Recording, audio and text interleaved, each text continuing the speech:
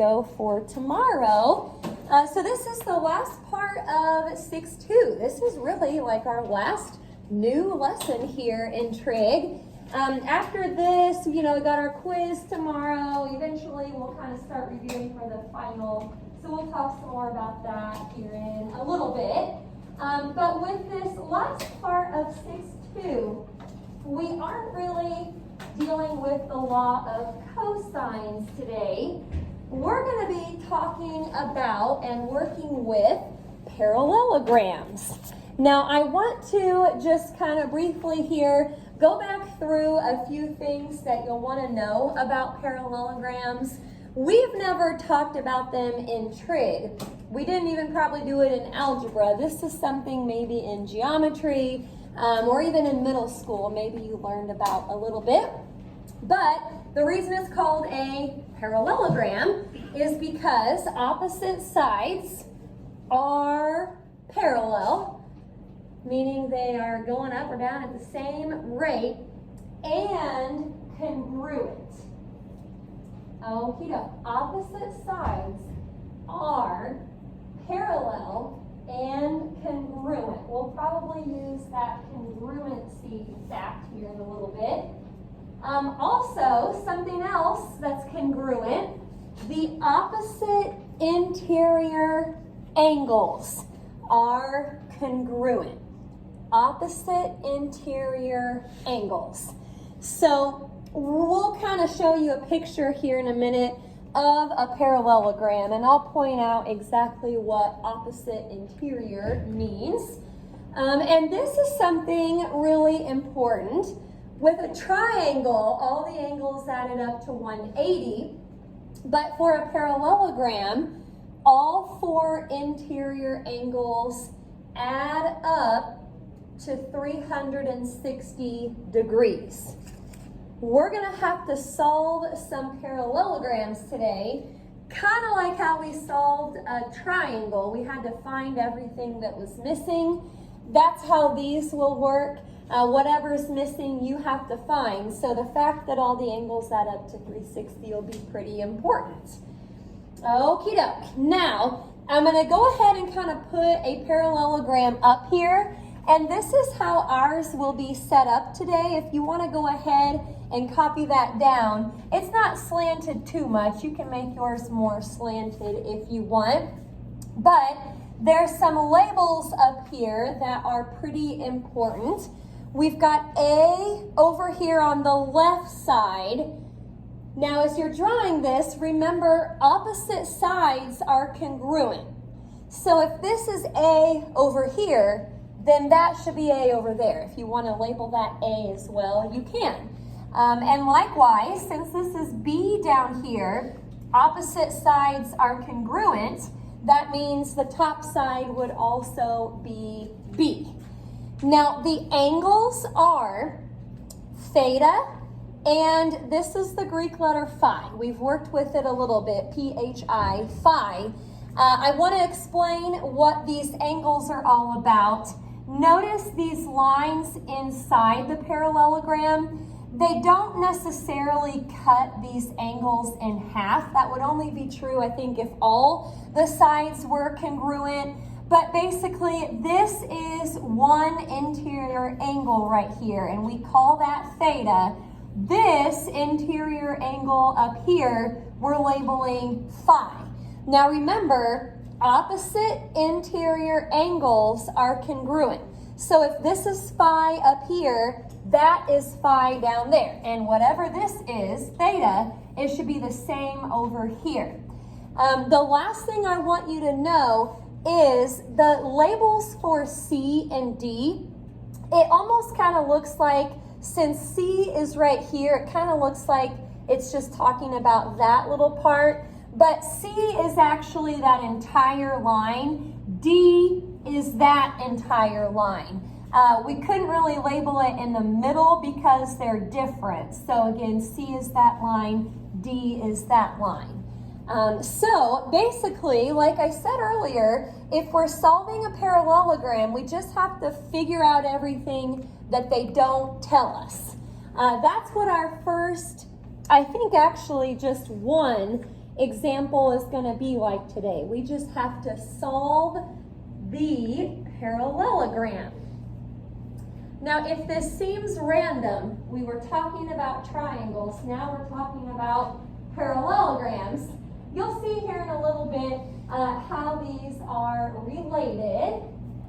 All right, so here's what we know about this problem. Number one, we know that little a is 8, little b is 13, those are two sides, and we know that phi is 100 degrees.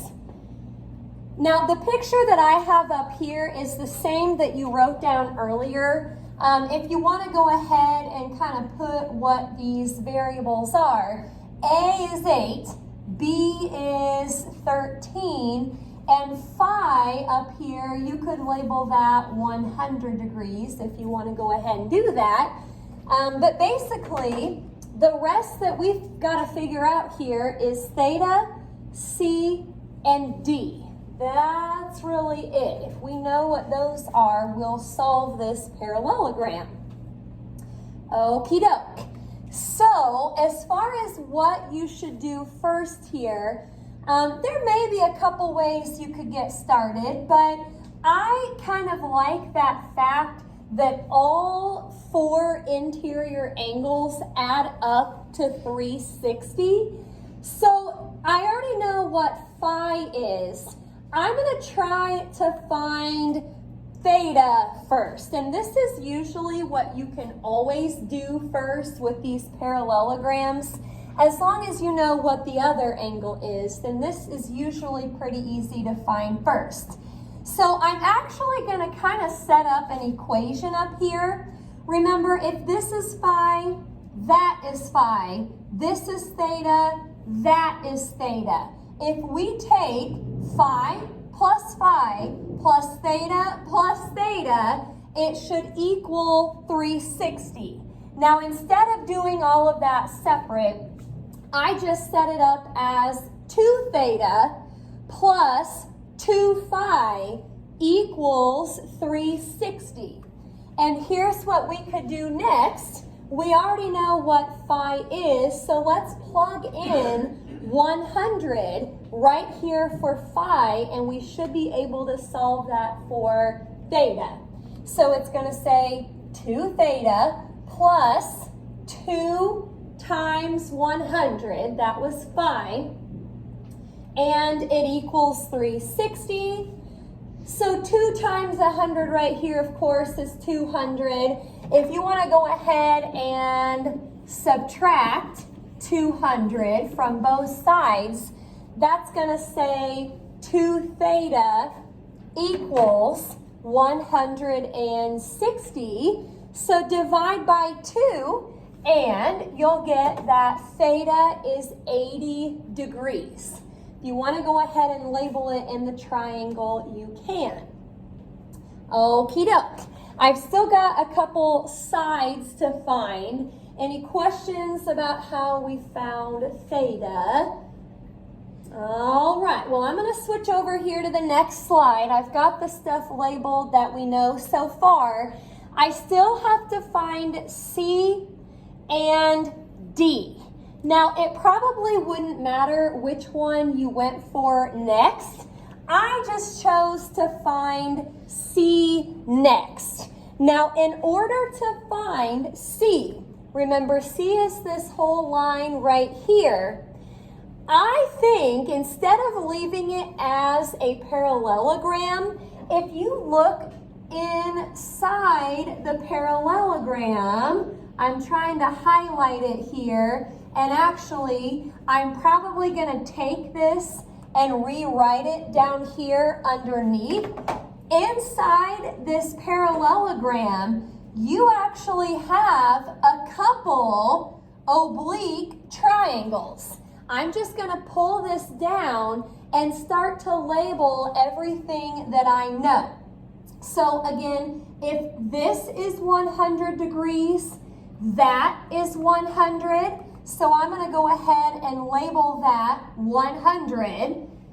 Okay, I know if this A is 8, then the opposite side must be 8 also. And we could go ahead and label that bottom side B, which is 13. Now, I think I mentioned this earlier, but this line right here, C, doesn't necessarily cut that angle in half. So we don't really know what that is yet. But this is what I've got so far for trying to find this little c. Now I'm thinking about the law of sines and the law of cosines because I have an oblique triangle right now, so I could try to use either one. The law of sines, though, requires you to know everything about one of your variables. Since this is little a, that would be angle A. Since this is little b, that would be angle B, sort of, and I guess this is angle C right here. We don't know everything about one of our variables, so that tells me I'm probably going to have to use the law of cosines to find little c. Now, if you go back to the formulas that we wrote down on Friday, we had a slide where there was like 2 sets of formulas. This is a side right here, side C. So we have to look for the formula that has the little c squared up front.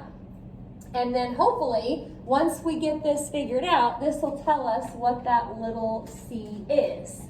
So we're going to just start to plug in everything that we know. We know little a is 8, little b is 13, minus 2 times little a, which is 8, times little b, which is 13, and then cosine of c.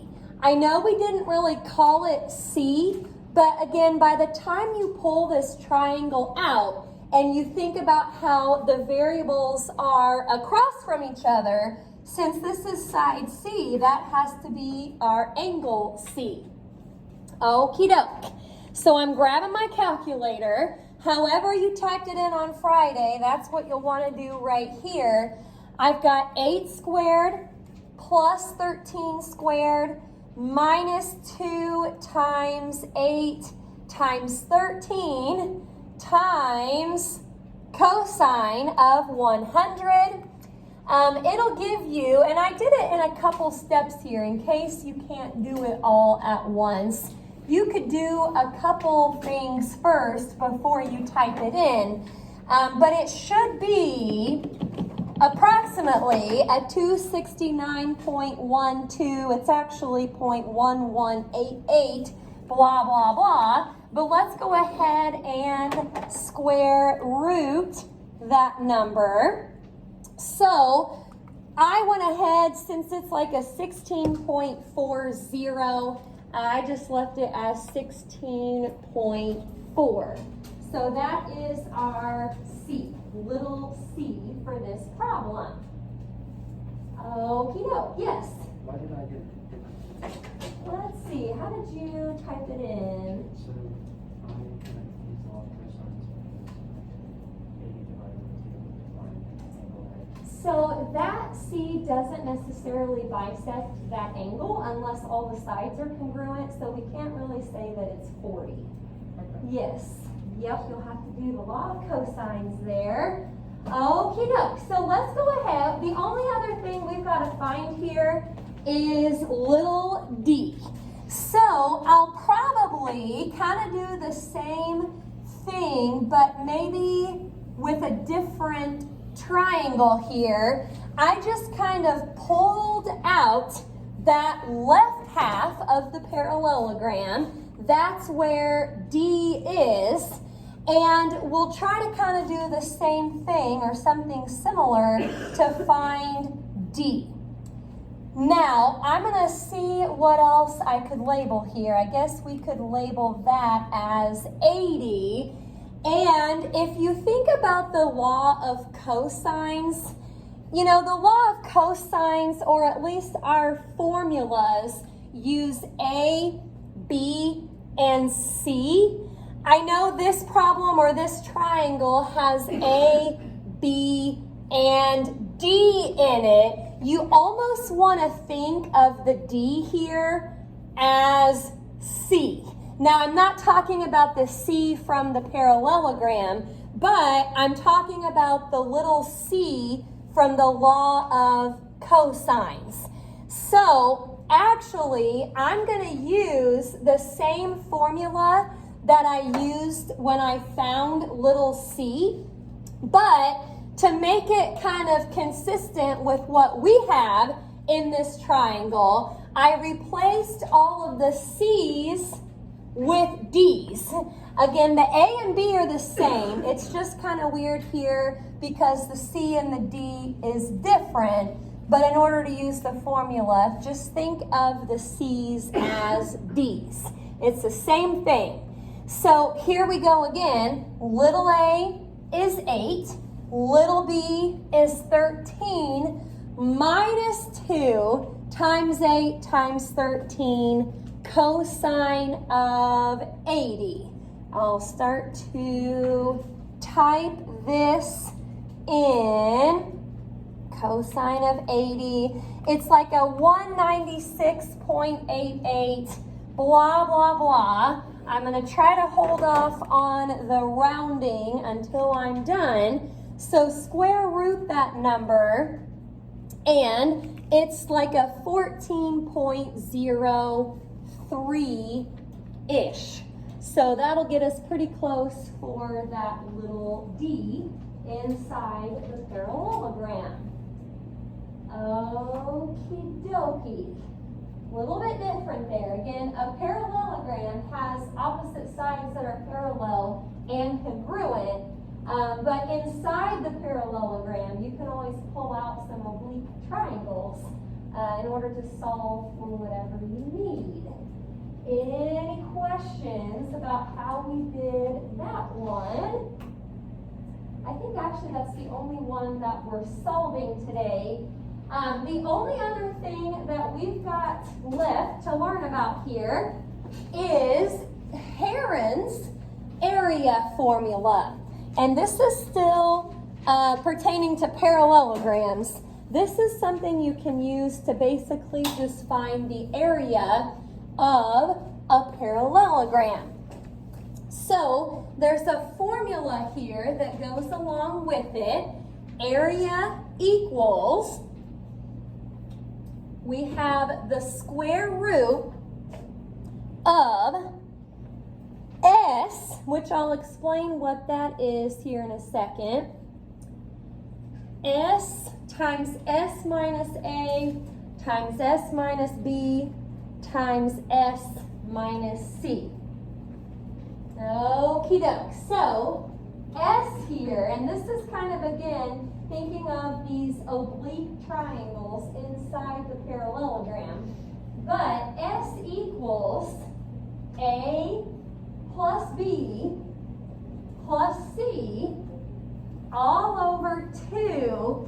And it says A, B, and C are the sides. Again, kind of thinking of the oblique triangles that you can put together to form a parallelogram. The A, B, and C are the sides.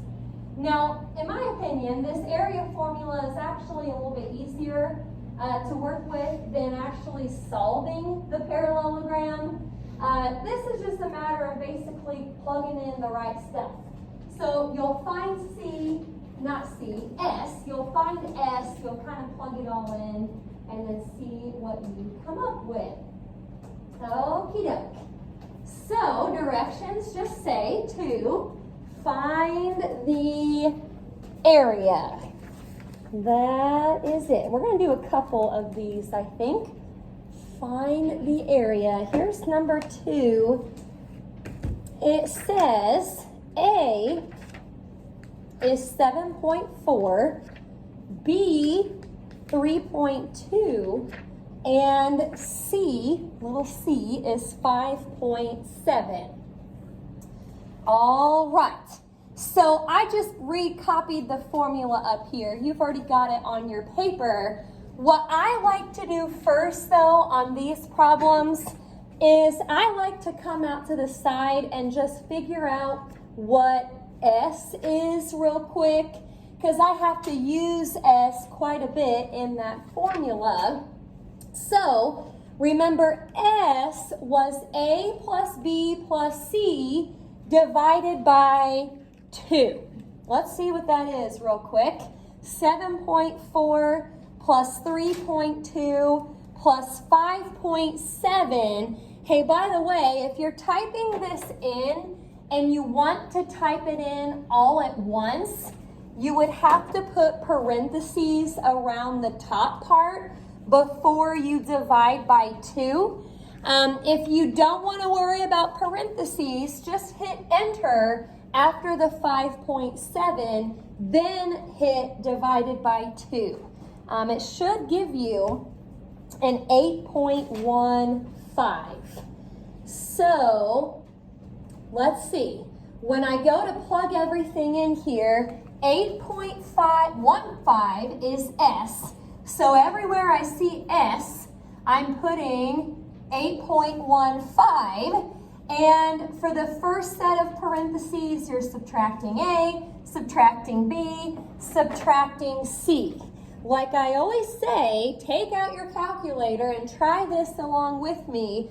That way, if you're typing something in wrong, we can figure it out now instead of later.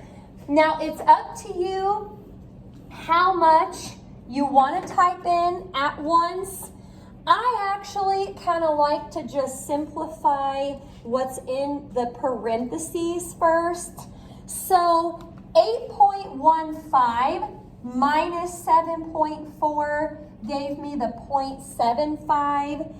8.15 minus 3.2 gave me the 4.95. And then 8.15 minus 5.7 gave me the 2.45. Again, at this point, you can probably just type it all in at once. I'm going to try it.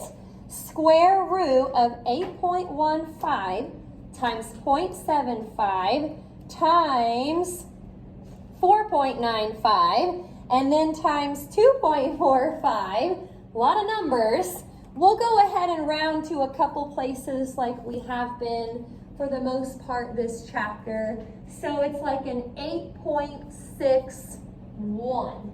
And we're talking area, so we can call that units squared. Not too bad again, just as long as you get the right numbers plugged in. Usually on these, your calculator does most of the work for you. Any questions or calculator issues with that one? Okie doke. Well, last problem here. We'll try another area and then we should be good to go. No decimals on number 3, so that's nice. We've got A equaling 10, B equaling 7, and C is 13. Okie doke, here we go again. Got the formula up here. I'm going to come off to the side and figure out what S is. Taking 10 plus 7 plus 13, that is 30. Divided by 2 is 15. So that's kind of nice. Everywhere I see S over there, I'm going to plug in a 15. Now, however you did it last time, as long as you got back the right answer, go ahead and do it like that again. I'm going to simplify the parentheses first. That's up to you if you want to do that. But 15 minus 10 is 5. 15 minus 7 is 8. 15 minus 13 is 2. Don't forget about the other 15 out front. So, square root of 15 times 5 times 8 times 2, rounding to a couple places. I didn't do a couple, but should be about a 34.5 0.64, and since it's area, we can call that units squared. Okie doke. Any questions about the last one? Well, all right, so I'll put the assignment up here. Again, binder check and quiz tomorrow. So this should be the last assignment that will go in your binder. It is T50 from page 417 to 418. We're going to do 25, 26, and then 39 to 42.